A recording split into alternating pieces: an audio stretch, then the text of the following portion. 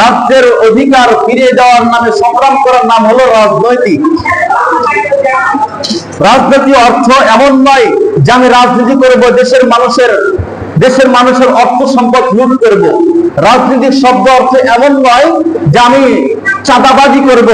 রাজনীতির অর্থ এই নয় যে আমি চাঁদাবাজির নামে মানুষকে পাথর মেরে হত্যা করবো। কথা বলা ঠিক কিনা?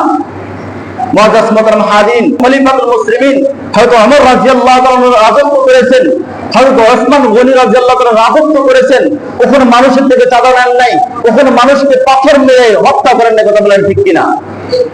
আমাদের দেশে যে একটা রাজনীতি শুরু হয়ে গেছে, চাঁদাবাজির রাজনীতি শুরু হয়ে গেছে, এই চাঁদাবাজি যদি আমরা বন্ধ করতে চাই, দেশের ভিতরে শান্তি কায়েম করতে চাই, অবশ্যই এই দেশের ভিতরে ইসলাম কায়েম করতে হবে। এর বিকল্প বাঙালি কোনো কথা ভাবতেই পারবে না।